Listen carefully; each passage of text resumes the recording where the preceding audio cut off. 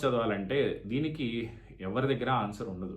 ఎందుకంటే మీ దగ్గర ఎంత టైం ఉందనేది నాకెలా తెలుస్తుంది? నాకే కదా, ఎవరికీ తెలియదు కదా. మన దగ్గర ఎంత టైం ఉందనేది మనకే తెలుస్తుంది. మనం జాబ్ చేస్తుంటే మన దగ్గర వేరే టైం ఉంటుంది, కాలేజ్కి వెళ్తే వేరే టైం ఉంటుంది, డ్రాప్ తీసుకుని ప్రిపేర్ అయితే వేరే టైం ఉంటుంది. కాబట్టి ప్రతి మనిషికి వాళ్ళ టైం వేరువేరుగా ఉంటుంది. కాబట్టి దీనికి ఆన్సర్ లేదు.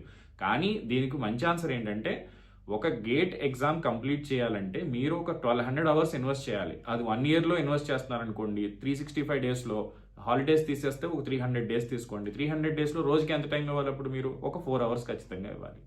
సో లేదు సార్, నేను లాంగ్ టర్మ్ ఇస్తున్నాను, రోజు 6 అవర్స్ ఇస్తున్నాను అంటే, కొంతమంది ఏం చెప్తారంటే 14 అవర్స్ చదవండి, 10 అవర్స్ చదవండి అంటే అవన్నీ అవ్వవు. ఒక రోజులో 14 అవర్స్ చదువుతారు, నెక్స్ట్ డే పడుకుంటారు. అది బ్యాలెన్స్ కాదు. ఎప్పుడైనా సరే మీరు ప్రిపరేషన్ చేస్తే ఆ ప్రిపరేషన్ కన్సిస్టెంట్గా ఉండాలి. ఈ రోజు చేశాను, రేపు నేను మళ్ళీ చేయగలను, ఎల్లుండి ఇంకొంచెం ఎక్కువ చేయగలను అన్నట్టు ఉండాలి.